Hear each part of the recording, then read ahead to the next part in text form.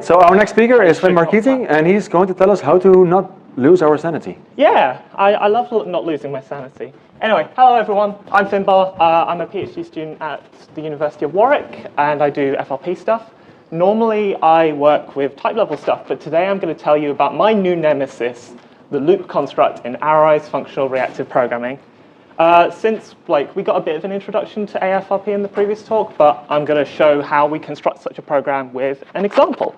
So here's a robot I found, and what we're going to do is we're going to try and write a program to grab an object. What we've got on this robot is a distance sensor, which determines how far away an object is. We've got a touch sensor that determines how much pressure something within the grasp of the robot is exhibiting. So if there's already something in there, it's probably going to read something because it's being pressed against.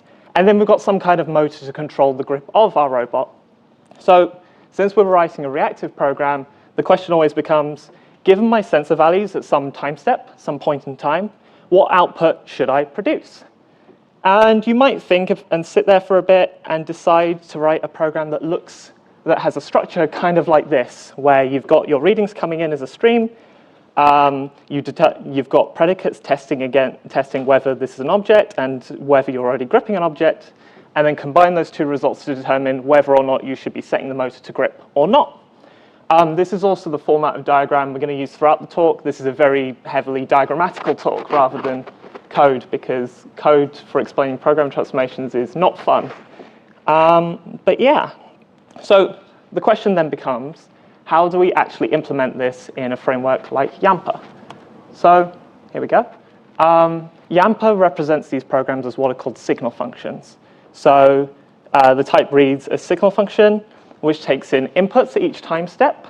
So for example, a pair of int here to represent the two sensor values that we have, and produce outputs. So for example, a single value referring to how much we should grip how much the motor should be working. And because it's Arrowized functional reactive programming, we use arrow combinators to build our reactive programs, which is fantastic for reasons that will come up soon. So for example, the R constructor lets you build a reactive program from a pure function, running that pure function on each input to produce each output. So you might implement that isObject box that we showed earlier. We're using boxes as our sort of computations here, using a simple Boolean predicate. Then we have parallel composition, which we're representing as two boxes vertically adjacent. So here you might implement the two predicates that we were working with as a parallel composition, taking in a tuple input, which we split across the two things, and producing a tuple output. And then finally, we can sequentially compose using the sequential composition operator. I don't know how you would pronounce that, but we're just going to call it composition. Which lets us build the example that we showed. It's saying we've got parallel composition, we've got sequential composition. We did it. We built this program. Isn't that great? Except there's a lot more we can do. Currently, we've built programs where our outputs rely solely on the input at a given time step. So for example, like in the example we showed. But we're reacting to a stream of inputs. So what if we wanted to look at values from the past rather than just values from the present? Well, for example, here you might want to implement something like a sum of a signal over time, taking in all of the inputs and adding them up. Well, let's try and do this intuitively, and then we'll show how to build this within Yampa. So first of all, you might note that the sum of all inputs is equal to, at some time step, is equal to the sum of all inputs at the previous time step plus the input that we now have, which makes enough sense. We know how to implement this now. We could just use the R combinator. Job done. But how do we get this previous sum? We need, oh, that was a good animation. We need a notion of a back edge and a delay operator. So we need some way to say, okay, we've got a stream of inputs. How do we look at the previous input? And that's what we're getting here with this delay and back edge. So that's what we need from Yampa. We need, well, yeah, for our AFRP, we need a way to provide back edges and we need a way to provide delays. So let's do that. So to implement this program, we'll start with the same idea as before. We've got a pure function being lifted here. The only This is exactly the plus node that we showed in the earlier diagram. The only difference is we have to do this explicit duplication because you can't, we've got this sort of split wire in the little diagram up top, but you have to do this explicitly in Yampa. So that's how it is. Then we're going to add a delay operator. The delay operator in Yampa is called pre.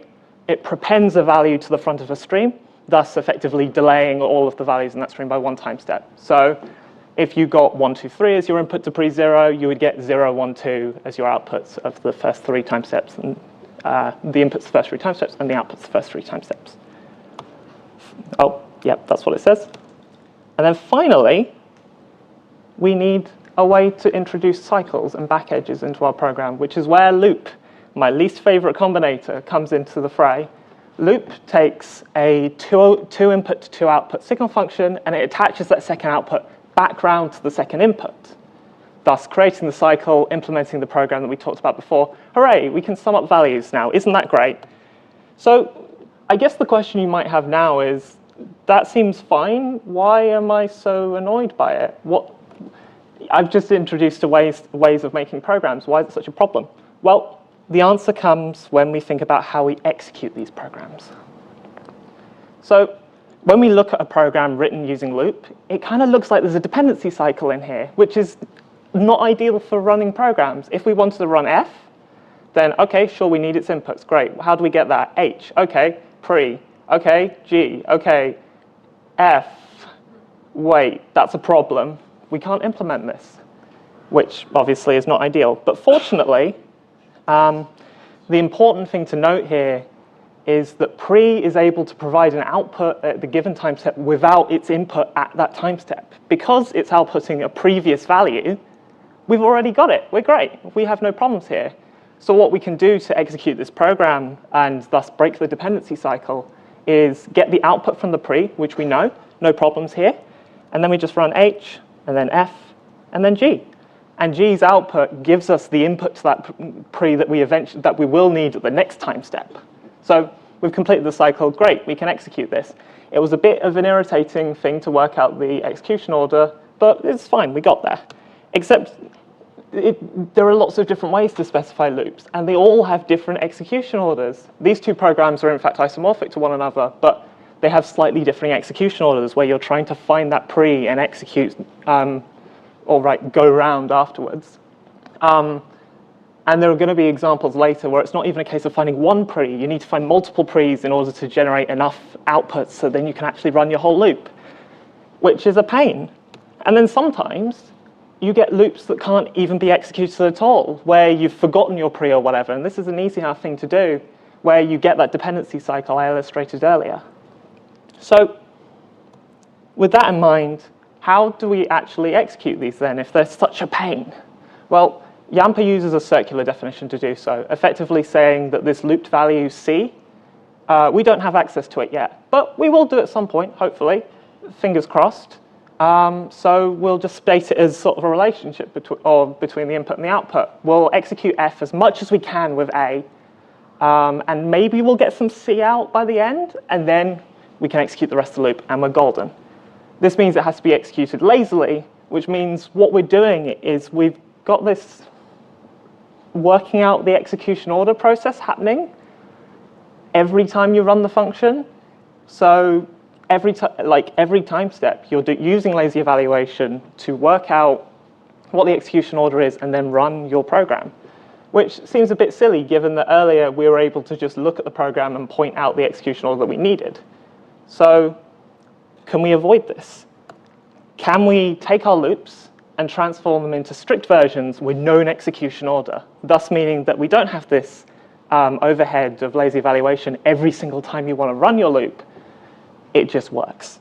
And the answer is yes, that's what the paper's about. Spoiler. So what we need first is we need a strict loop variant in order to be able to transform our loops into that. We use what's called loopd. It's present in a few places in the literature. Yalap and Liu are sort of they're the ones who made the canonical form of loopd. There's some mention in some earlier papers, but they talk about it the most. And the key thing with loopd is that right before that second output, there's a pre. So we know what the execution order is here, we just get the output of the pre, because as we said, we already know what output we're producing, and then just run f, and then congrats, you've got the input to that pre again for the next time step. So brilliant. We know what we're doing, we know what we're aiming for. How do we get there? I'm not going to present the whole transformation because there's a lot of awkward cases, but I'm going to talk through a few examples of what loops we transform, how we transform them, how we apply the rules, and so on. So let's look at this loop, which I transformed earlier. The top one is the one from an earlier example, and then the bottom one is very slightly different. As you can see, we've managed to get this pre in the right place. If you sort of squint a bit, these diagrams are isomorphic. We get the same program. So for a very lukewarm version of program equivalence, yeah, these are equivalent. Certainly this holds for Yampa. But how do we formalize this equivalence? I don't want to sit here as a programmer and reorder all of my loops so that then they successfully fit this scheme. Well, the answer lies in the ArrowLoop laws. By using the arrow combinators and ArrowLoop combinators, we get access to a bunch of laws which prove program equivalences, which is fantastic. This is the sliding law, which helps formalize this, which lets us formalize the intuition that we just showed. What we have is we have this second x component, second meaning it's just in front of the second input. It's just affecting the second part of the, I've got to keep on saying the word second. Like in this example here with h, you're applying h only to the second input to produce the second output. The first input is unchanged. And what this means is we're able to move something that's just before that second output of the loop and move it to be in front of the second input of that loop. To show this at work, because I think that explanation was terrible, here is the code for the loop example before, but with the two parts of our rule highlighted. And then that's what happens when you apply the sliding law. You move that h out of the way, thus meaning the pre-v is in the right place. We get a loop D. So brilliant, that's what we've got it. We've got a strict form of loop. And presumably, right, we can just apply this to all of our other loops, move the pre's in the right position, and call it a job well done. Yeah, absolutely. Let's look at another example. Wait. So this example can be run as well. This example is executable. You can run the pre to produce your outputs, and then run the G, and then that gives you your input that you require for F. But we can't move the pre. The pre is stuck in between these two larger blocks. We can't apply the sliding rule that we just did. So, oh no, we're kind of stuck now. But luckily for us, well, I say luckily, it's a bit of a cheap solution, but it is one that we're able to use. This can be expressed as a second strict loop variant, which we call loop M. The M stands for middle, where we just have this pre in the middle, and we can execute it as I described. So you might now be thinking, hold on, that seems like a really weird counterexample. Is this the only kind of loop that's written like this? And the answer is no. You can write other versions of loop. You can write other more complex loops which can be transformed into loop M's. For example, this. This one has a much more complicated execution order in that you have to run the two pre's, and then you can run I, and then you can run G, and then the rest of the loop is available to you. So you're suddenly looking for multiple pre's rather than just a single one.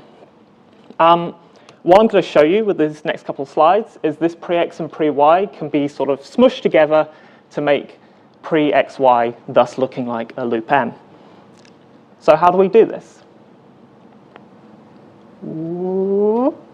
So we present a new rule called split.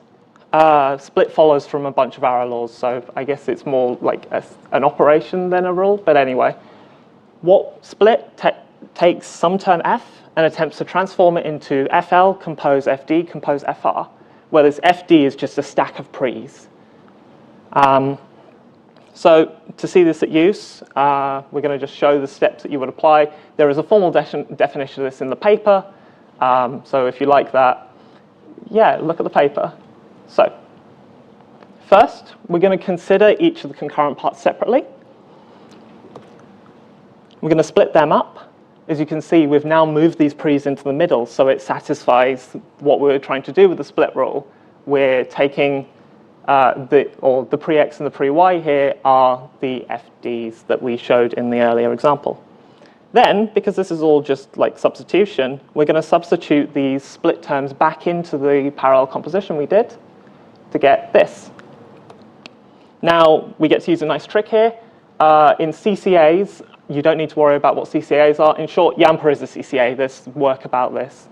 But in CCAs, parallel composition distributes over sequential composition. So you can write it, you can move the parallel compositions within the sequential compositions to get something of the form that we were expecting from split. We've got that FD in the middle, which consists, again, of only pre's and parallel compositions. Then, we can merge these pre together using what's called the product rule. Again, another thing from CCAs, which then finally gets us what we were looking for. We have produced a loop M from that weird-looking loop we had before. We can now execute it execute it strictly.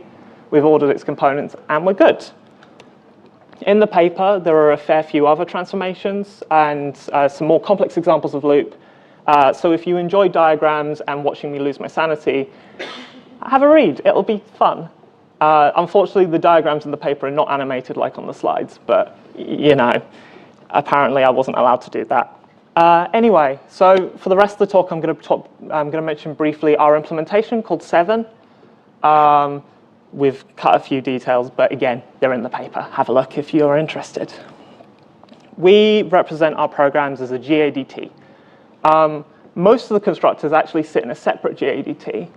You can see we've got parallel composition and pre's and R and all that in there, but we're missing composition because we put this in a separate GADT. The reason we do this is pretty simple. As we mentioned earlier in the talk, sequential and parallel composition distribute, which means that there are lots of different ways of encoding the same program. To avoid this, because that's a nightmare for pattern matching, we forced the sequential compositions to be at the top level. We also provide smart constructors, so you don't have to do this yourself, but in the GADT form, those sequential compositions are at the top level. Then we just implement our rules as basic pattern matches. So the rule up here is a slightly more complex version of the sliding we introduced earlier, and our implementation just looks like this. So it returns a maybe because we don't have because not all transformations can be applied to all programs. Then we're going to take our input term and split it. We've got this head-tail, which is takes a sequence of compositions, gets the first one, and gets the rest of them. So head-tail, we've got the first part of the composition chain, and then the rest of them. And then finally, the other side is just the other side of the rule. Like, once you've got past the difficulties of finding the rules and working out how to apply the various arrow laws, you just write the Haskell code as the laws fall out. So finally, I've presented all of these rules. I've presented this transformation idea. I've presented, we're going to make this strict. Was it worth it? Maybe not for my sanity, but like, was it worth it in terms of performance? And the answer is, yeah, absolutely. So we've got a few examples to show. There's more in the paper. The first thing we did was just to make sure that we didn't break non-loopy programs, we tested a large chain of R's. We got a 1.6 or 1.7 rather x speed up on that. Also, as we tested with various different lengths, so smaller, shorter chains, longer chains, that speed up continued to be above 1. So far so good. Then we tried the same again, but with a loop D. The transformation found this loop D and then gave us a 1.5x speed up, which again is a really good result.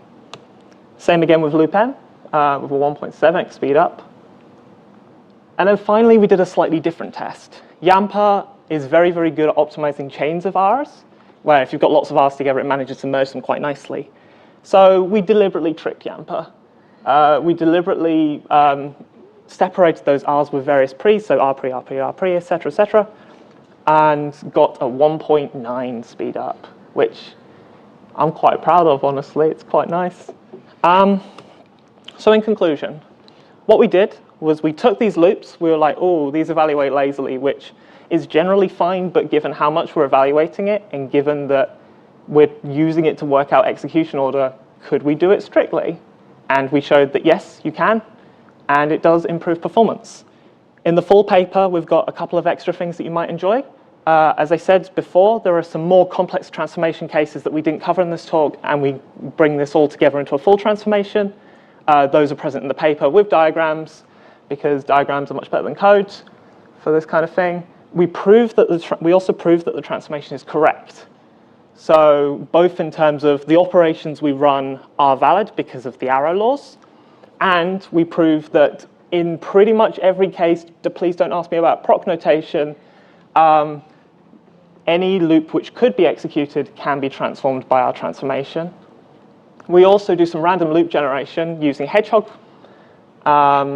where we randomly generate programs that are executable loops. We use them to test correctness, so making sure that Yampa and Hedgehog perform in the same way, and for performance, to make sure that we're still getting performance speedups even on synthetic examples or non-constructed examples.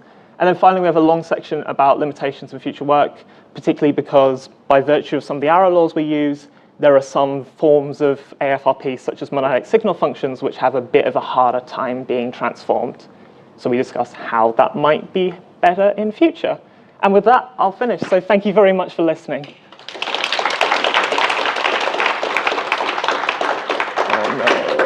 Thank you very much. Questions? Oh, there's lots of questions. Oh God, what have I done? Very quick clarification, Ben Gamari, well typed.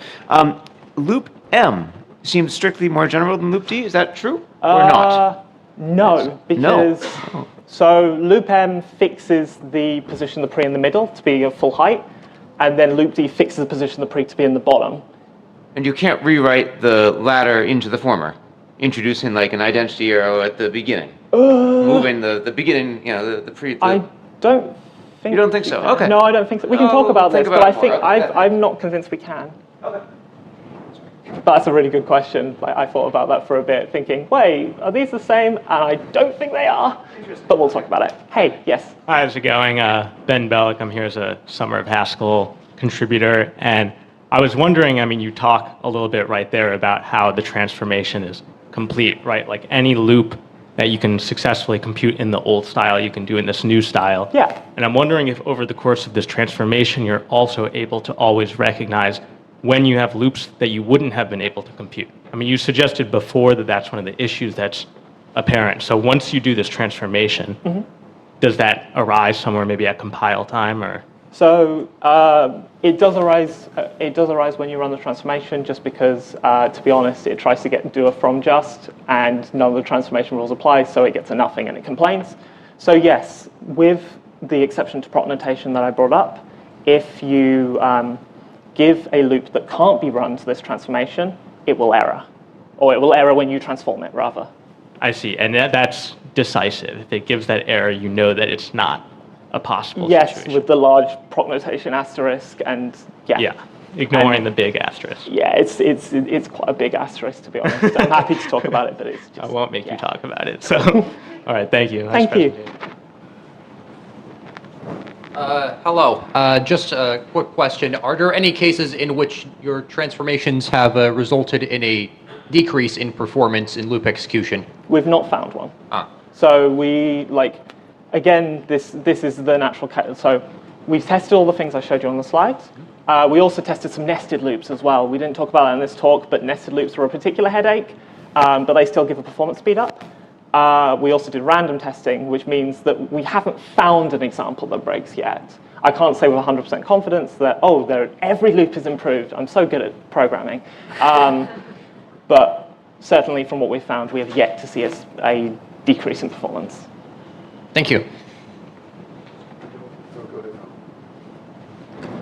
So this is Ivan Perez from KBR and NASA Ames. So I've been maintaining Yampa for 14 years, and loops give me headaches. So your pain is totally justified. And as of the last release from last month, Yampa now includes benchmarks. So it sounds like it's about the right time to evaluate the solution and see if we can put it in? Yeah. So the prop notation thing really irritates me, and I don't know whether that's something. Well, okay. So I think you could probably have like a slight variant of loop that's okay with failing in the prop notation case, and then just include that in Yampa. Mm-hmm. And I think that would work really well. But yeah, absolutely, I'd be up for that. And did you evaluate loop pre at all? You know about loop pre? Yeah, which is loop D effectively. Kind of. Yeah. No, we didn't particularly look at loop pre. We didn't compile, we didn't build any examples and then transform them into loop pre's. Mm-hmm. We just tested loop versus our post-transformed loop. Yeah. From a formal perspective, going for a loop is the right thing to do, because loop follows the continuous time semantics or obeys the continuous time semantics, and loop pre breaks the is discrete. Yeah. So yeah, it is the right thing. Cool. Thanks. Brilliant. Thank you. Any other questions? Simon? Hello. What would happen if you just provided loop D and you didn't provide loop? So in other words, rather than requiring the system to do it, you say, programmer, just the only loops I'm going to provide you are ones with the delays at the end. Would that be insupportably bad from a programming point of view? I honestly don't know. So I thought about this a bit. So Yampa provides loop pre, as Ivan said, which is very, very similar. And people have used it and have been okay with it. Okay. But I imagine that in situations, so I know I keep doing this big prop notation asterisk, but I imagine in situations where you're using something like prop notation where you're not explicitly making a loop, you're almost implicitly making one, this loop transformation would be really useful because you have no control over saying to the programmer, hey, please provide a loop D or else. So I think those are the sorts of situations that make it worth exploring loop transformations rather than just going to the programmer and saying, fix it. I thought you were going to say something about modularity, that you have a loop, but there's somewhere in some function you're calling to build the loop. Deep inside there is the pre. Oh yeah, And that is a far better answer than I gave. You've got a lot of experience of writing Arrowized code. Does that happen? Or do you always know when you're building loops, you know where the pre is? No. No? Okay. You have no idea, and it's a nightmare to figure out where it has to be. Okay, I mean, it's important to know that there is one, otherwise you're going to deadlock, right? And that's your error. Yeah, exactly. Right. So you've got to know something. It happens all the time, and I avoid loop as the play. I don't use loop at all. I only use loop pre for that reason. Because I can't figure out something that I started the program, I can't figure out where to put it so that it will resolve it. I see. So I guess so you're saying it would be a bug, not a feature, to eliminate this and just say, use loop D and that's it. That would be a feature, not a bug. For you. I'm not sure. Yeah. No, but it's a really, really sensible question. Yeah. Like, sort of, people have trucked along using loop pre for the most part, but this is an improvement, and it's a nice improvement of that. So I think it is worth the effort. Thanks. So, All right. Just to clarify, so loop pre is... If you wanted to speak into the microphone so that people... Oh, yeah. Just to clarify, so the way that loop pre works is that you insert the sample. So it's kind of like... Eat the microphone. Yeah, I need to eat the microphone. Yeah. Eat it. So the way that loop pre works... No, it's lunch soon. The way that loop pre works is that you insert the sample. So it kind of breaks the continuous time understanding of Yampa. So it's kind of like we use it because we have to, because otherwise we can't make sense of the program. Yep. But using loop pre should be avoided if you want to write FRP, like proper FRP as Connell would define it. No loops at all would be better. I mean, no loops at all would be so nice, right? From a dependency resolution perspective. You just run it left to right, job done. That's great. All right, so let's thank the speaker one more time. Thank you.